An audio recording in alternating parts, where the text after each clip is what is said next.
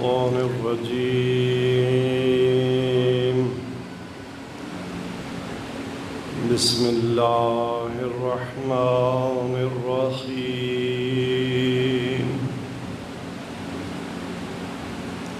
الحمد لله رب العالمين بارئ الخلائق أجمعين. الحمد لله الذي تخيرت في أشعة أنواره أفهام الموحدين وتقاصرت دون إدراك كماله أوهام المتوهمين.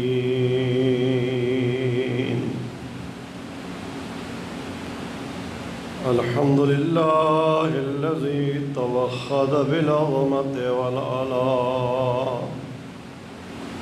وتفرد بالجود والكبرياء.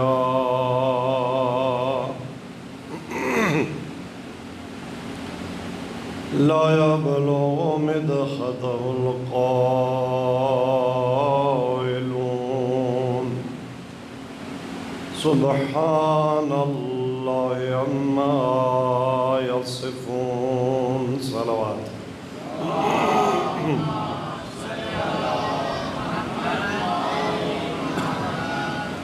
ثم الصلاة والسلام على سيد الأنبياء والمرسلين أبي القاسم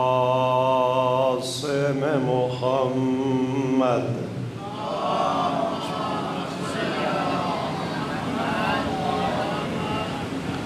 والصلاة والسلام على آل بيته الطيبين الطاهرين المنتجبين واللعنة الدائمة على أعدائهم أجمعين.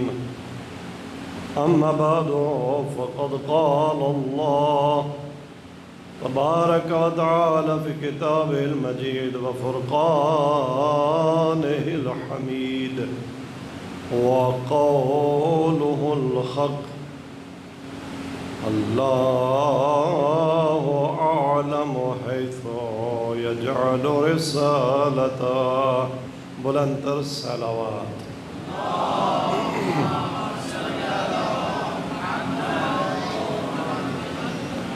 بارگاہ رب کریم میں یہ دعا ہے کہ وہ آج کی ہماری اس مجلس کو اپنی بارگاہ میں منظور و مقبول فرمائے. بانی مجلس اس عظیم دینی مرکز کی بنا رکھنے والے، اسے تعمیر کرنے والے، اس پر خرچ کرنے والے، یہاں پہ مختلف دینی مذہبی پروگرامز میں حاضر ہونے والے تمام مومنین کی ان زحمات کو اپنی بارگاہ میں منظور و مقبول فرمائے. اس کریم رب کی بارگاہ میں دعا ہے وہ بارگاہ سرکار کا، مولا امام زمان کا جلد ظہور فرمائے. علماء حقہ، مراجع اعظام، رہبر انقلاب اسلام ایران کو طول عمر عطا فرمائے. عالم اسلام، مکتب تشیع کو تمام باطل ادیان و مذاہب و مسالک پر غلبہ عطا فرمائے. خداوند قدوس سے دعا ہے کہ مریضان اسلام کو، جمع حاضر کے مریضوں کو شفائے کاملہ اور عاجلہ عطا فرمائے. بے اولادوں کو امام محمد تقی علیہ السلام کے صدقے میں صاحب اولاد فرمائے. مسافرین زائرین کے سفر بے خطر فرمائے. ہم سب کو مقامات مقدسہ ایران و عراق و شام و سعودیہ کی زیارت کا شرف نصیب فرمائے. عزیزان گرامی، آج 9ویں لال ولایت امام محمد تقی علیہ السلام کا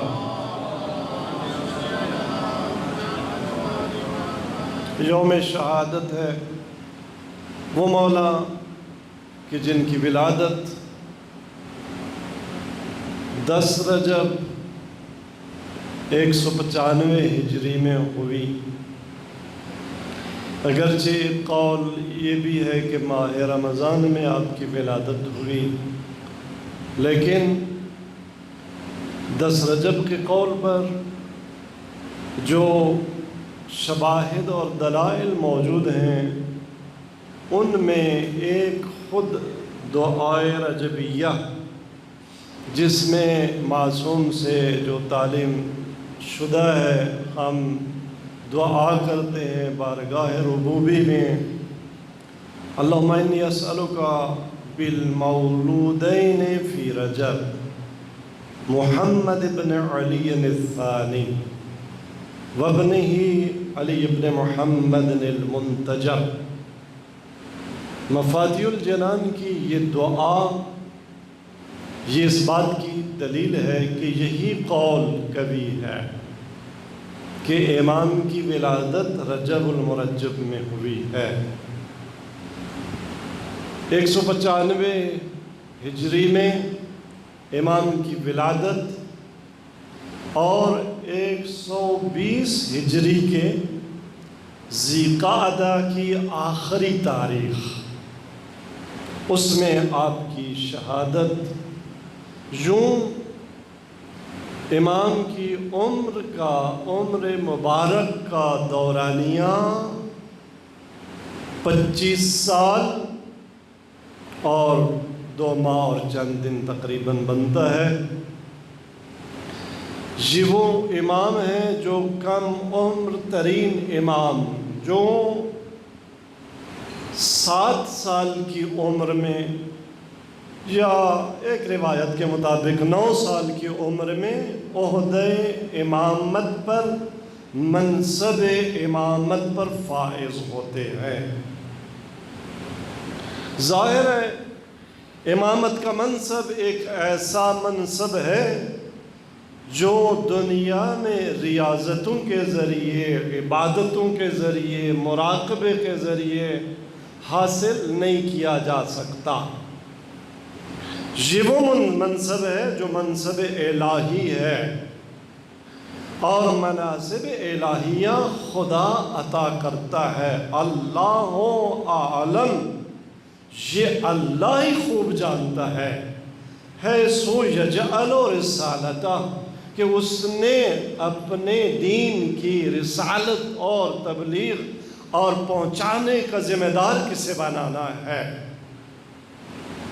لہذا منصب امامت کے بارے میں نص قرآن کہ یہ وہ منصب ہے جو لوگوں کے انتخاب سے نہیں، جو لوگوں کے ووٹوں سے نہیں، کسی شخص کے اپنے ذاتی کسب سے حاصل نہیں کیا جا سکتا۔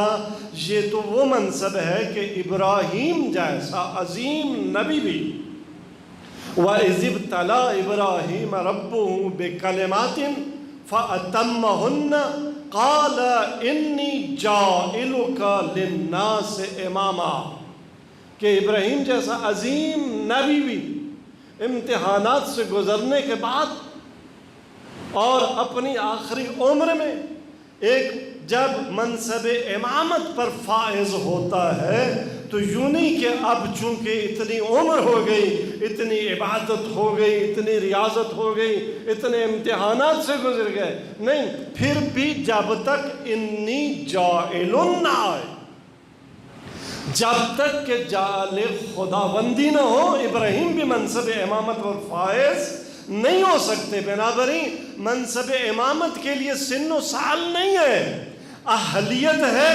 البتہ خدا جسے امام بناتا ہے پہلے اسے اہلیت عطا کرتا ہے اور پھر اسے امام بناتا ہے۔ وہاں عمر کی قید نہیں ہے، وہاں سن و سال کی شرط نہیں ہے۔ یہی وجہ ہے کہ کم ترین عمر میں امام زمانہ 5 سال کی عمر میں امامت کے منصب پر فائز ہوتے ہیں، اور امام محمد تقی علیہ السلام 7 سال کی عمر میں منصب امامت پر فائز ہوتے ہیں۔ ظاہر ہے وہ لوگ جو ظاہر بین تھے، جن کے لیے امامت کا منصب قصبی تھا، یا جن کے لیے امامت کا منصب اس کے لیے عمر چاہیے، اس کے لیے کوئی بڑی عبادتیں چاہیے، کوئی بڑی ریاضتیں چاہیے، ان کے لیے یہ سوال تھا کہ بھلا کیسے ہو سکتا ہے کہ 7 سال کا بچہ امام امت بن جائے۔ امام سے بھی یہی سوال کیا جاتا تھا، تو امام نے فرمایا کہ بھلا آپ نہیں جانتے، قرآن میں آپ نے نہیں پڑھا کہ جناب عیسیٰ تو فی المہد صبیہ، ابھی گہوارے میں سبی ہیں، بچے ہیں، اور جعلنی نبیہ، خدا انہیں نبی بنا دیتے۔ خدا اپنا منصب جسے چاہتا ہے، جس کو اہلیت عطا کرتا ہے، اسے عطا کر دیتا ہے۔ اگر گہوارے میں ایک فرد نبی بن سکتا ہے تو 7 سال میں ایک بچہ امام کیوں نہیں بن سکتا؟ لیکن پھر بھی کچھ لوگوں کو ظاہر ہے شک تھا آپ کی امامت میں، تو جہان اسلام سے امام رضا علیہ السلام کی شہادت کے بعد جب مومنین کو پتہ چلا کہ آپ کے بعد آپ کے 7 سالہ فرزند امام ہیں، تو جن لوگوں کو تھوڑا سا شک و شبہ تھا وہ حج کے موسم میں چلے حج بھی کریں گے، اور حج کے بعد مدینہ جا کے امام سے ملیں گے بھی، اور علمی سوالات بھی پوچھیں گے، تاکہ ہمیں پتہ چل جائے کہ واقعاً آپ امام ہیں۔ اگر آپ نے جواب دے دیے تو پتہ چل جائے گا کہ آپ واقعی امام ہیں۔ تو ظاہراً بعض علماء کے بقول 80 کے لگ بھگ بزرگان اصحاب ائمہ علماء وہ امام کے منصب امامت پر فائز ہونے کے بعد فریضہ حج کے لیے جاتے ہیں، اور حج کے بعد مدینہ میں امام محمد تقی علیہ السلام سے ملاقات کرتے ہیں۔ مل کر بلند آواز میں صلوات پڑھیں۔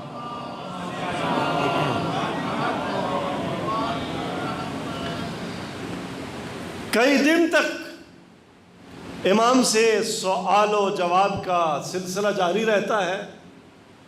اب تفصیلات اس کی نہیں ہے ہمارے پاس، لیکن بعض نے 30,000 کی تعداد بھی نقل کی ہے کہ امام سے 30,000 مسئلہ پوچھا جاتا ہے، اور اللہ اعلم حیث یجعل رسالتہ کا یہ مصداق ہر مسئلے کا جواب دیتے ہیں۔ من جملہ جب یہ محفل لگی ہوتی ہے، ابھی آپ گھر میں تشریف فرما ہیں، آپ کے چچا عبداللہ ابن جعفر وہ صدر محفل میں آ کے بیٹھ جاتے ہیں۔ ظاہر ہے ان کا سن و سال ہے، ایک فضل ہے، ظاہری عمر ہے، اور اپنے آپ کو برتر بھی سمجھتے ہیں۔ صدر محفل میں جب بیٹھتے ہیں تو ان سے یہ سوال کیا جاتا ہے کہ من اتا بہیمتن، تو اس کی سزا کیا ہے، اس کی حد کیا ہے، اسے کیا سزا دی جائے گی۔ اگر کوئی شخص نعوذ باللہ نستجیر باللہ کسی حیوان کے ساتھ بدفعلی کر لیتا ہے تو اس کی سزا کیا ہے؟ تو یہ جواب دیتے ہیں کہ اس کا ہاتھ کاٹا جائے گا اور اس پر حد جاری کی جائے گی کہ اتنے میں گھر کا پردہ ہٹتا ہے، اور یہ 7 سالہ امام معصوم جلوہ فگن اور اس محفل میں تشریف فرما ہوتے ہیں، اور محفل میں رونق فرما جب ہوتے ہیں تو آپ اپنے چچا سے یہ کہتے ہیں کہ چچا خوف خدا کرو، بغیر علم کے حکم خدا بیان نہ کرو، کیونکہ اس سے قیامت کے دن اس کے بارے میں پوچھا جائے گا، جواب دینا پڑے گا۔ عزیزان گرامی، یہ ہماری ذمہ داری بڑی سنگین کر دیتا ہے کہ انسان مسند علم پر بیٹھ جائے اور نہ جانتے ہوئے زن کی بنیاد پر، گمان کی بنیاد پر، قیاس کی بنیاد پر بغیر علم کے خدا کا دین بتانا شروع کر دے، نہ بتانے والے کو حق پہنچتا ہے، اور نہ پوچھنے والا اگر جانتا ہے کہ یہ اہلیت نہیں رکھتا، نہ اسے یہ حق پہنچتا ہے کہ اسے علمی مسئلے کا سوال کیا جائے، جواب پوچھا جائے۔ جب امام انہیں یہ نصیحت کرتے ہیں اپنے چچا کو کہ خوف خدا کر، جس مسئلے کا تمہیں علم نہیں ہے وہ بیان نہ کر، تو وہ عرض کرتے ہیں کہ مولا میں نے تو آپ کے بابا ان سے یہ مسئلہ سنا ہے، انہوں نے اس سوال کا جواب یہی دیا۔ آپ فرماتے ہیں نہیں، خوف خدا کرو، میرے بابا نے اس سوال کا یہ جواب نہیں دیا۔ میرے بابا سے جو سوال پوچھا گیا تھا وہ کفن چور کے بارے میں تھا۔ وہ کفن چور جو نبش قبر کرتا ہے، کفن بھی چوری کرتا ہے اور نعوذ باللہ فحاشی بھی کرتا ہے، اس کی سزا کفن چوری کی ہاتھ کاٹا جائے اور حد جاری کی جائے۔ امام محمد تقی علیہ السلام کا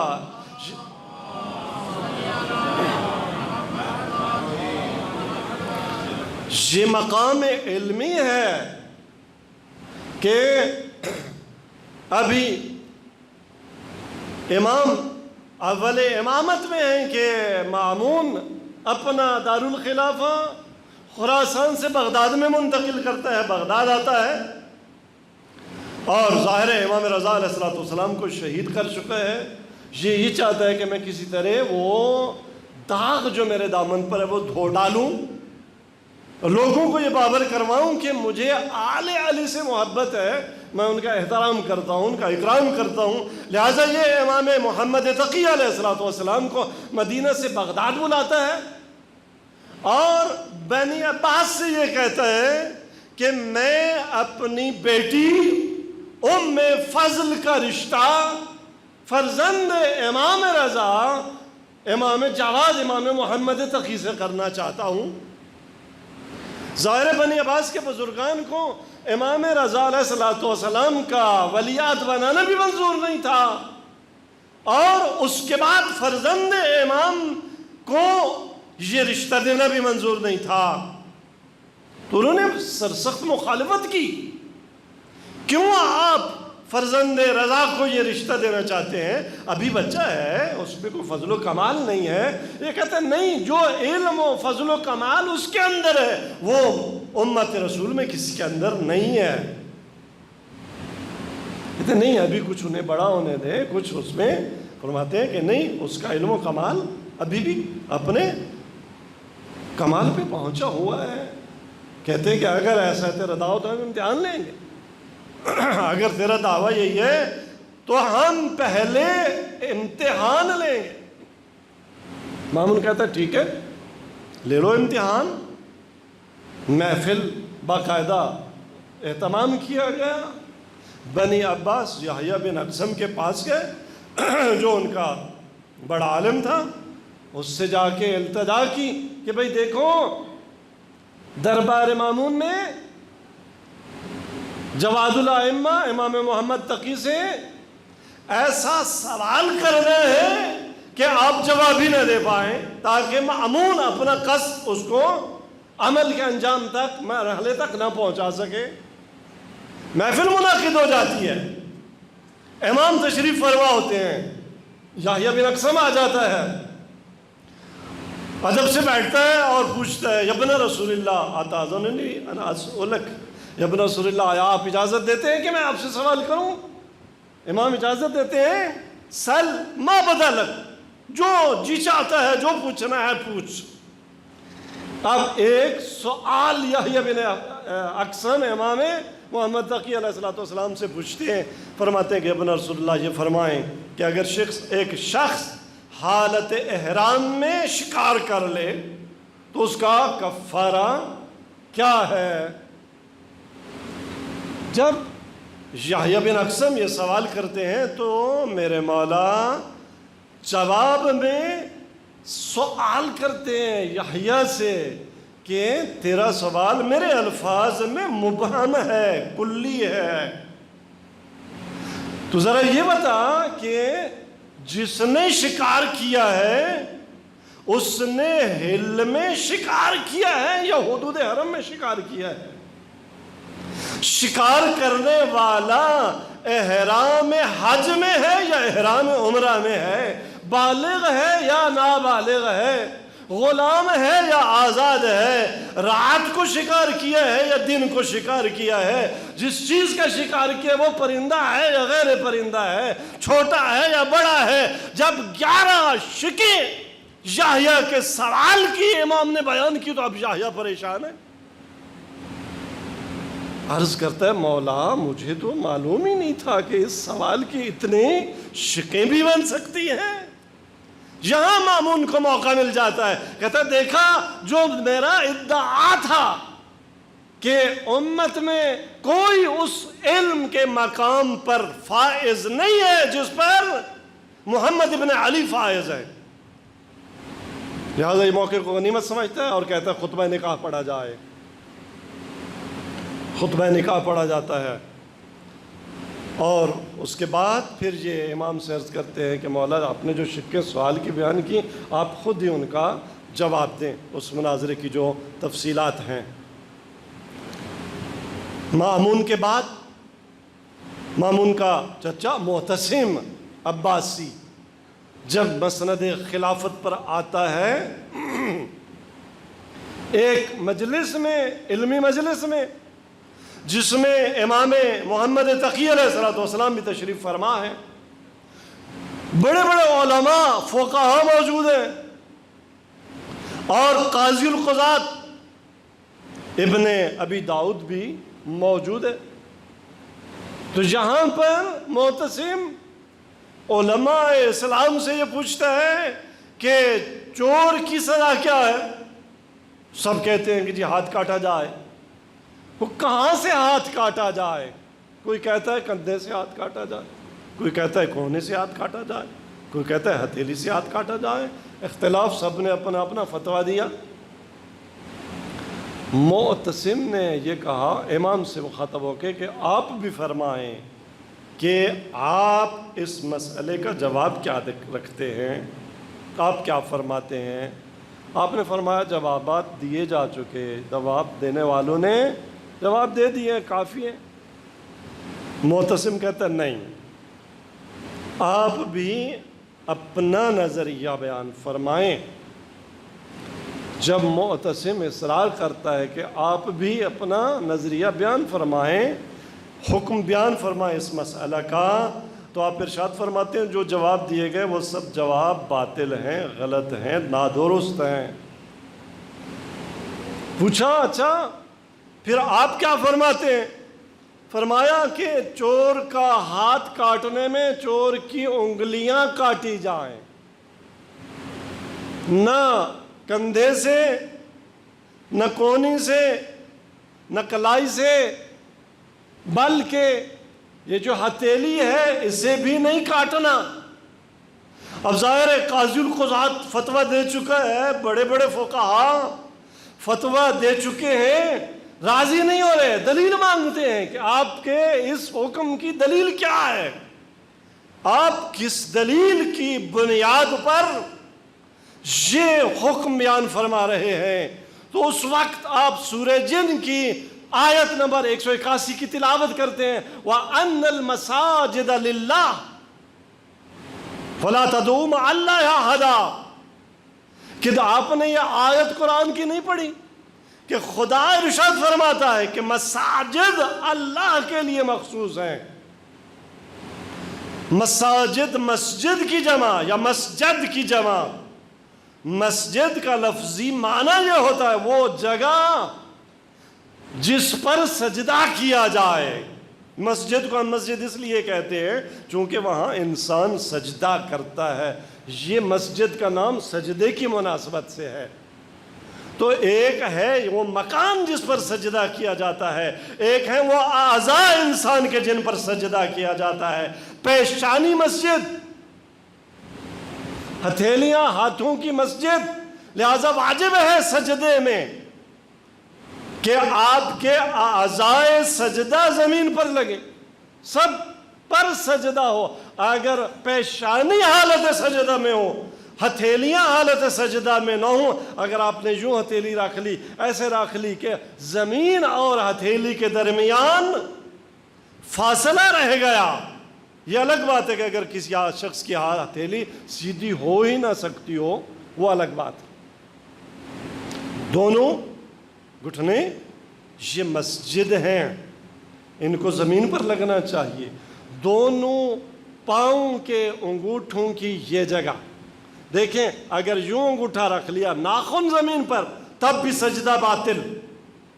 اگر یوں رکھ دیا کہ اندر کا حصہ انگوٹھے کا زمین پر تب بھی سجدہ درست نہیں ہے. عزیزان گرامی، 7 اعضائے سجدہ سب کو زمین پر لگنا چاہیے، یہ اعضاء مساجد ہے. تو امام نے فرمایا کہ قرآن یہ ارشاد فرماتا ہے کہ ان المساجد للہ، یہ مساجد اللہ کا مال ہے اور ان میں کسی کو شریک نہ بناؤ. جب یہ ہتھیلی اللہ کا مال ہے تو اگر یہ کٹ گئی تو انسان سجدہ کس پر کرے گا؟ اگرچہ چور ہے، اگرچہ سزا پا چکا ہے، لیکن پھر بھی نماز پڑھے گا، پھر بھی خدا کی بارگاہ میں سجدہ ریز ہوگا. ہتھیلی کٹ گئی تو مسجد نہ رہی، آپ نے لے لی. جب آپ نے یہ دلیل دی، تمام فقہا قاضی القضات پریشان ہوئے کہ ہم دین کا وہ فہم نہیں رکھتے جو محمد ابن علی رکھتے ہیں. اور اس قاضی القضات نے اپنی محفل میں یہ کہا کہ اے کاش آج جو میری توہین ہوئی ہے، جو میری انسلٹ ہوئی ہے، جو میری تضحیک ہوئی ہے، اے کاش میں 20 سال پہلے مر گیا ہوتا، یہ دن نہ دیکھتا. یہ امام محمد تقی علیہ السلام کا مقام ہے، یہ وہی مقام ہے. اللہ عالم حیث یجعل رسالتہ، اللہ ہی خوب جانتا ہے کہ کسے امام بنانا ہے، کس عمر میں امام بنانا ہے. عزیزان گرامی، تبھی تو یہ وہ ہستیاں ہیں جنہیں خداوند تبارک و تعالی شکم مادر میں ہی وہ صلاحیتیں دے دیتا ہے، وہ اہلیت دے دیتا ہے کہ جب اس دنیا میں آتے ہیں تو جناب حکیم خاتون ارشاد فرماتی ہیں کہ جس رات مولا کی ولادت ہونا تھی، مجھے امام رضا علیہ السلام نے حکم دیا کہ آج سبھی کا خاتون کے ہاں ولادت ہونے والی ہے، آپ یہاں رہ جائیں. شام ہوئی، جس کمرے میں ہم تھے امام رضا علیہ السلام نے اس کا چراغ جلایا اور آپ باہر تشریف لے گئے. لیکن جب ولادت کا وقت قریب آیا تو چراغ بجھ گیا، اندھیرا چھا گیا.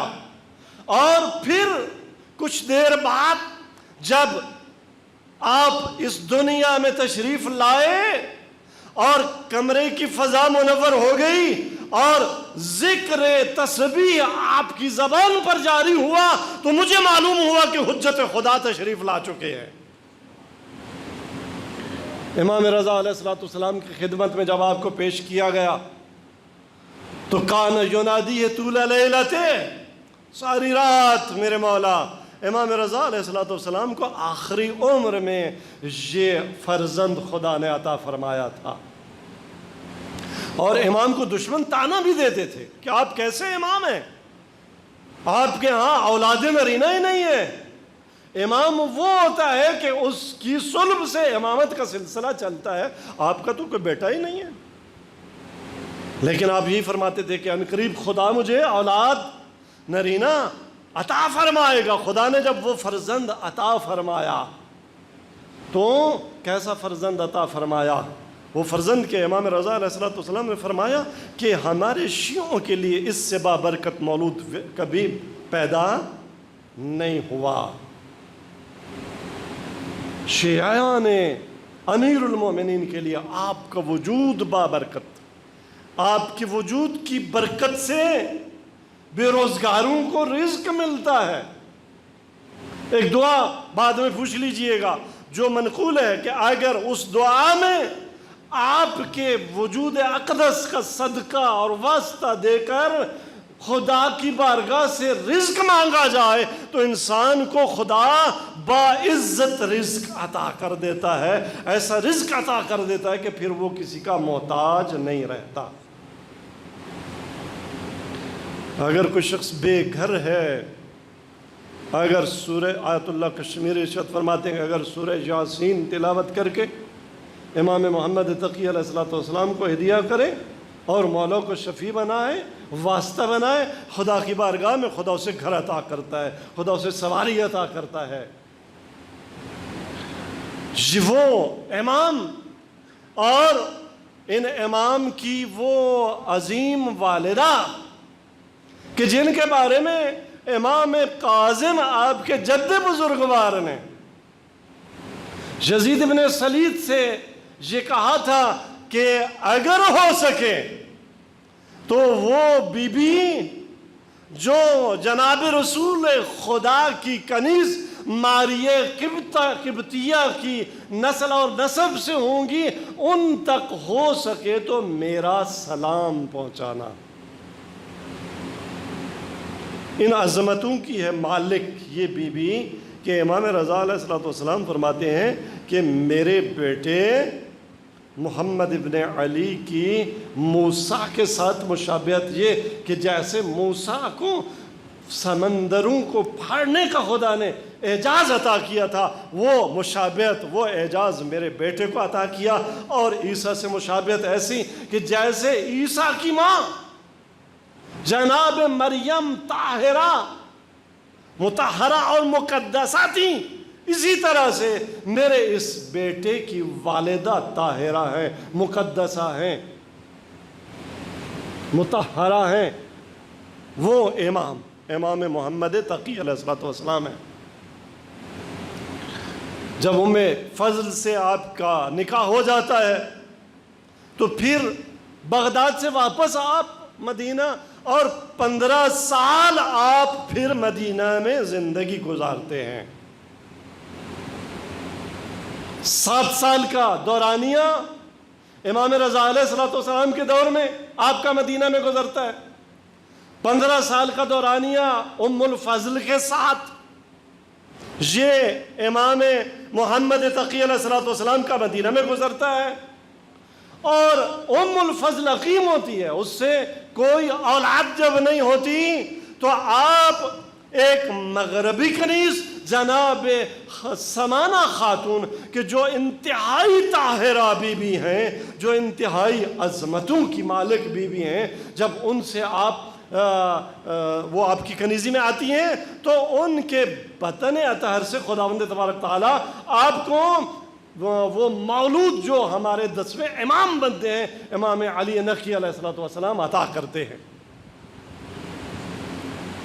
یہ امام محمد تقی علیہ السلام کے ایک مولود اور دوسرے بیٹے آپ کے منہ سے مبرکہ ہیں کہ جو حسن میں اتنے حسین تھے کہ برقع منہ پر ڈالتے تھے۔ 2 بیٹے 3 بیٹیاں آپ کی اولاد میں نقل ہوئی ہیں۔ تو یہ امام محمد تقی علیہ السلام کا منصب ہے۔ آپ کی تسبیح یہ ہوتی تھی سبحان من لا یعتدی علی اہل مملکتہ۔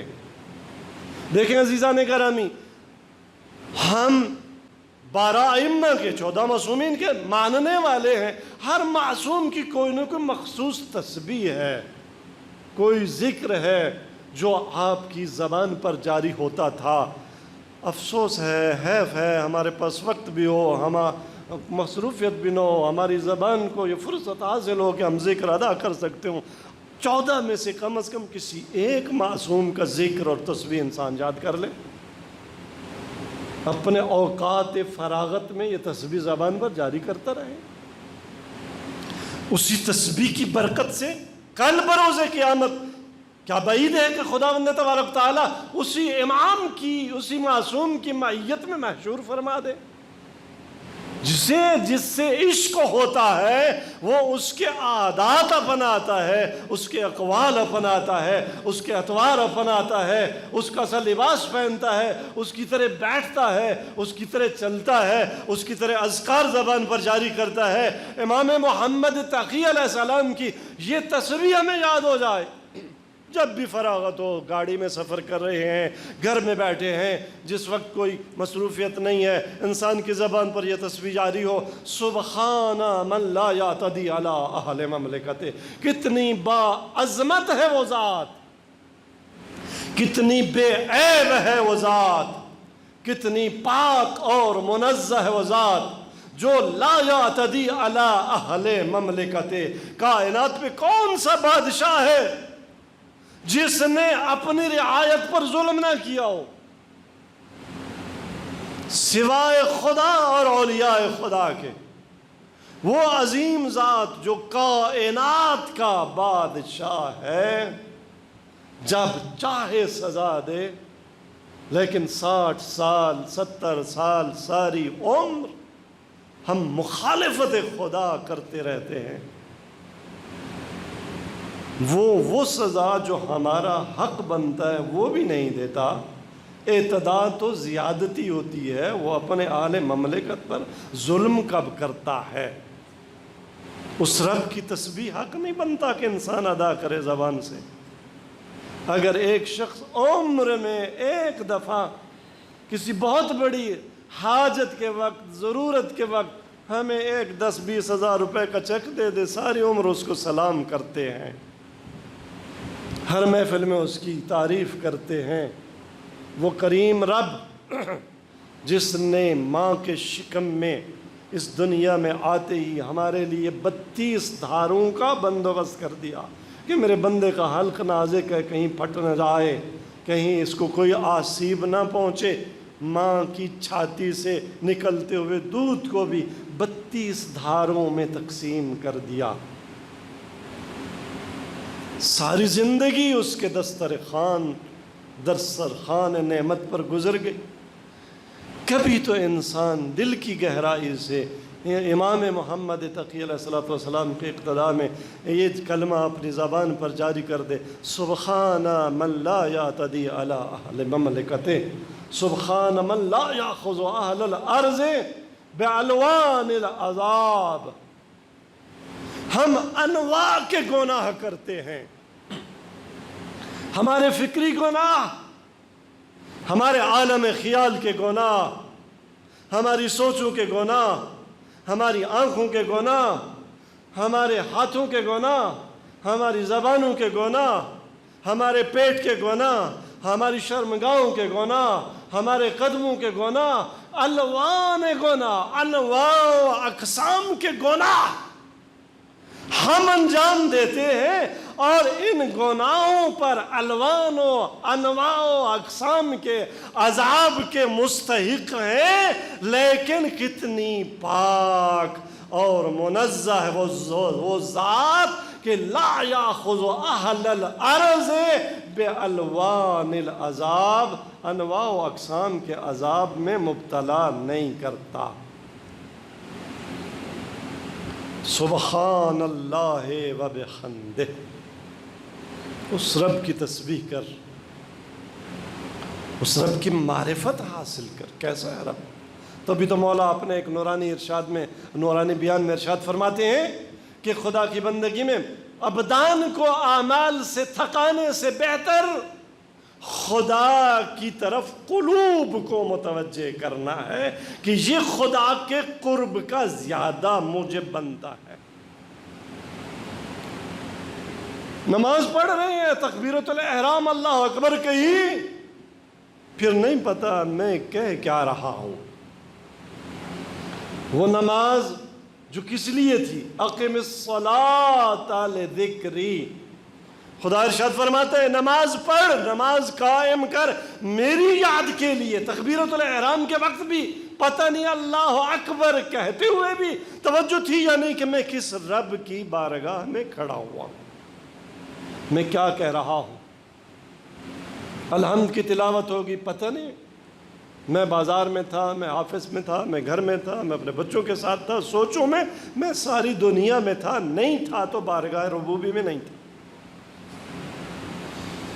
سورہ ختم ہو گئی، رکوع میں چلے گئے، اور پھر جیسے رکوع ہمارا کیسا، ہمارے سجدے کیسے، وہ بعض روایات میں تشبیہ دی گیا، ہمارے رکوع کو جیسے مرغا دانہ اٹھاتا ہے نا زمین سے، بس اٹھایا، گردن جھک رہی ہے، اٹھ رہی ہے، اٹھ رہی ہے، جھک رہی ہے، جھک رہی ہے، اٹھ رہی ہے۔ یہ ہمارے رکوع بھی رکوع میں گیا نہیں تھا بدن، ابھی بدن مستقر نہیں ہوا تھا، اٹھ بھی گیا، پتہ نہیں کب 3 دفعہ سبحان ربی العظیم و سبحان ربی العظیم و بحمدہ کہہ بھی دیا، پڑھ بھی لیا۔ حالانکہ جب تک بدن کو استقرار نہ ہو انسان کا رکوع باطل ہے، ذکر وہاں اس وقت باطل ہے، رکوع باطل ہے، اور رکوع باطل ہو گیا نماز باطل ہے، رکن نماز ہے۔ سجدہ میں پتہ نہیں اعضائے سجدہ بھی زمین پر لگے ہیں یا نہیں، ذکر صحیح پڑھا ہے یا نہیں، اگر بالفرض ظاہری صورت نماز کی ٹھیک ہے بھی صحیح یا نہیں، باطنی صورت کتنا اپنے رب کے ساتھ میں نے اپنی نماز میں مناجات کی۔ لہذا عزیزان گرامی، عمل کا دار و مدار زیادہ رکوع پر، زیادہ قیام پر، زیادہ سجدے پر نہیں، اگرچہ یہ مطلوب ہے۔ مومن کی نشانی یہ ہے کہ اس کی پیشانی اس کے سجدوں کی گواہی دیتی ہو۔ تبھی تو جب معصوم سے کچھ لوگ ملنے آتے ہیں اور آ کے کہتے ہیں کہ ہم آپ کے شیعہ آپ سے ملنے آئے ہیں، اور ظاہراً کنیز دروازے پر آتی ہے اور پیغام دیتے ہیں کہ مولا سے عرض کریں کہ آپ کے شیعہ آپ سے ملنے آئے ہیں، اور جا کر بتاتی ہیں کنیز کہ مولا آپ کے شیعہ آپ سے ملنے آئے ہیں، تو امام بڑی جلدی سے ظاہراً جوتا بھی نہیں پہنتے پاؤں شب مبارک میں، نالین بھی نہیں، اور فوراً دروازے پر آتے ہیں میرے شیعہ آئے ہیں، لیکن جب آگے دیکھتے ہیں تو ایک سوال پوچھتے ہیں کہ این آثار السجود، آپ نے تو بولا کہ ہم مولا آپ کے شیعہ ہیں، کہاں ہیں؟ آپ کے پیشانیوں پر تو سجدوں کے نشان نہیں ہیں۔ ہمارے شیعہ تو وہ ہوتے ہیں کہ جن کی پیشانیوں پر سجدوں کے نشان ہوتے ہیں۔ ہاں، سجدے کا نشان اس لیے بنا لینا کہ لوگ کہیں کہ بڑا کوئی سجدے دینے والا ہے، بڑا کوئی نمازی ہے، کوئی گرم پتھر پیشانی پہ رکھ لینا، کسی طرح سے بالآخر نہیں، وہ ابلیسی کام ہے۔ رضائے خدا میں، بندگی خدا میں سجدہ ریز ہونا اور اتنے طولانی سجدے کرنا کہ پیشانی پر سجدے کا نشان بن جائے، یہ ہے امام کے ماننے والے کی نشانی۔ معرفت خدا میں ڈوب کر سجدے، تبھی تو میرے مولا معرفت خدا کی طرف ہماری توجہ دلاتے ہیں۔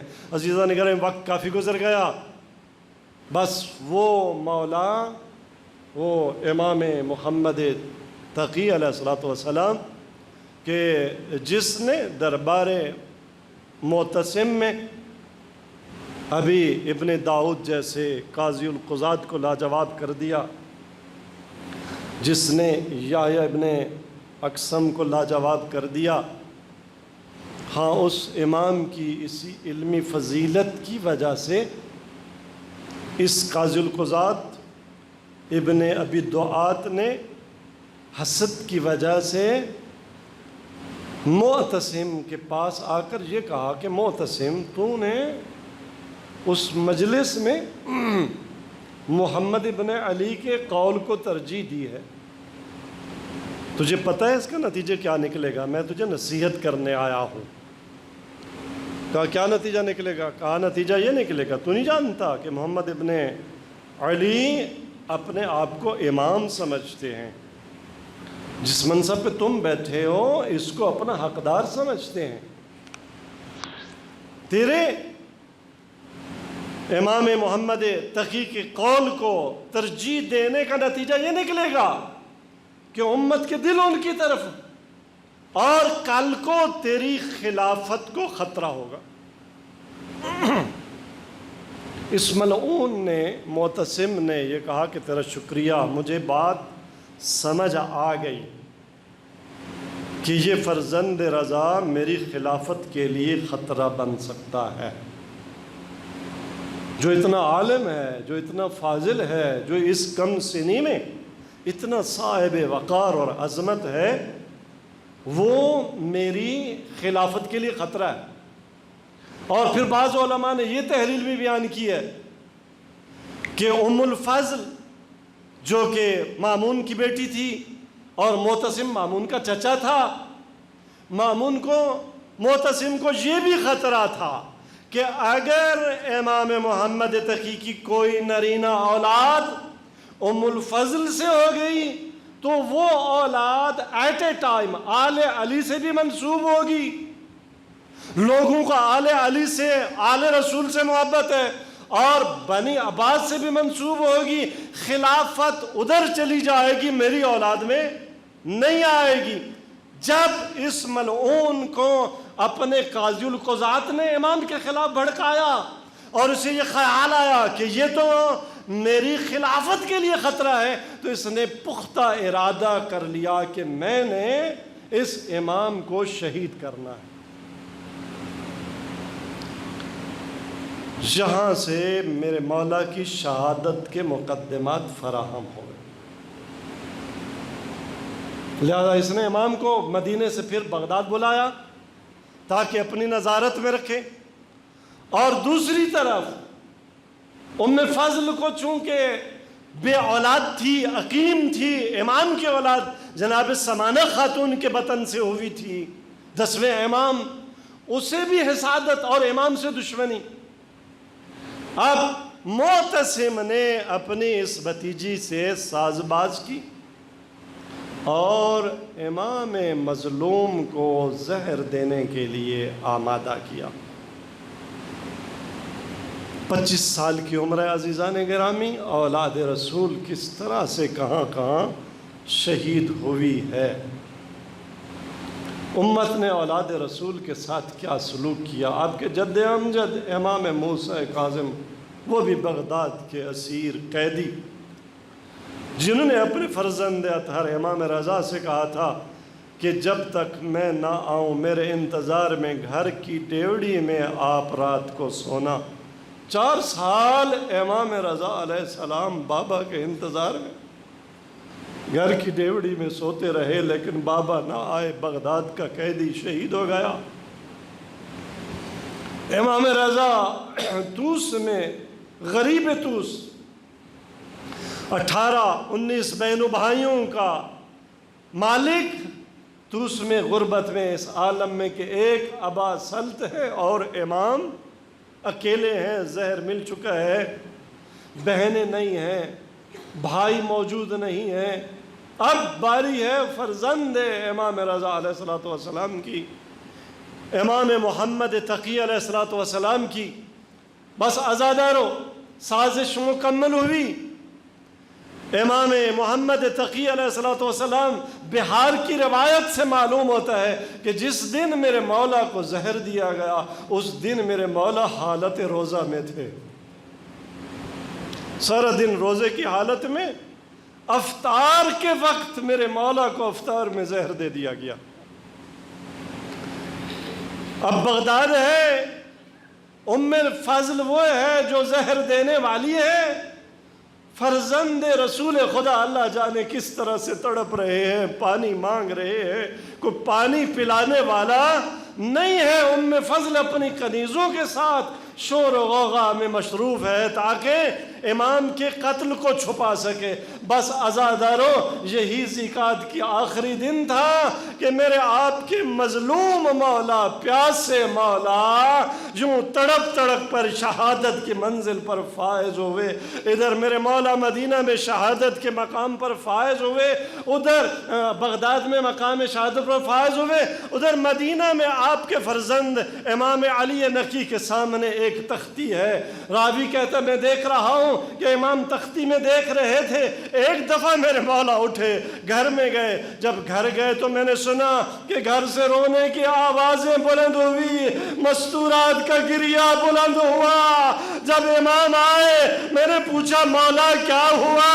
آپ نے فرمایا ابھی ابھی میرے بابا پردیس میں شہید ہو گئے ہیں۔ میں کہوں گا یا امام علی نقی علیہ السلام آجرک اللہ، پردیس میں آپ کے بابا پیاسے شہید ہوئے، لیکن قربان جاؤں اس شہید کربلا کے جو کوئی ایسا پیاسا شہید ہوا کہ جب آپ کا ذوالجناح در خیام پر آیا تو حسین کی ایک بیٹی نے ایک ایسا سوال کیا، پوچھا یا جواد ابی، اے میرے بابا کے گھوڑے یہ بتا، بابا شہید تو ہو گئے لیکن حسین بہت پیاسے تھے، آیا حسین کو وقت شہادت کسی نے پانی بھی پلایا؟ ام قتل عطشانا، یا میرے بابا پیاسے شہید ہو گئے؟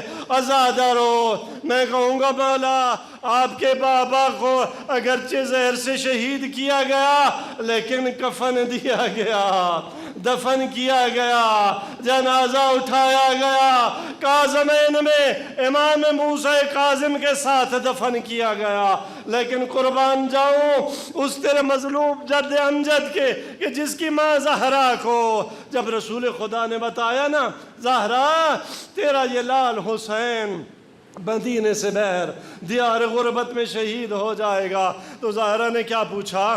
بابا یہ بتا جب میرا حسین شہید ہوگا آپ زندہ ہوں گے؟ فرمایا نہیں زہرا میں زندہ نہیں ہوں گا۔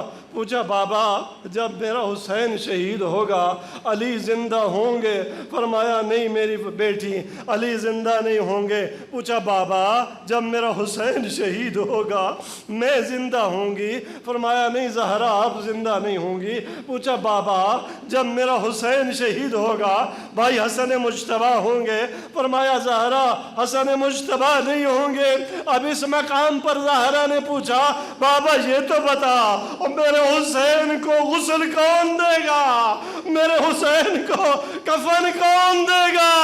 میرے حسین کو دفن کون کرے گا؟ اس وقت فرمایا زہرا 3 دن تک تیرے حسین کی لاش میدان کربلا میں بلا غسل و دفن و کفن رہ جائے گی۔ الا لعنت اللہ علی القوم الظالمین وسیعلم الذین ظلموا ای منقلب ینقلبون۔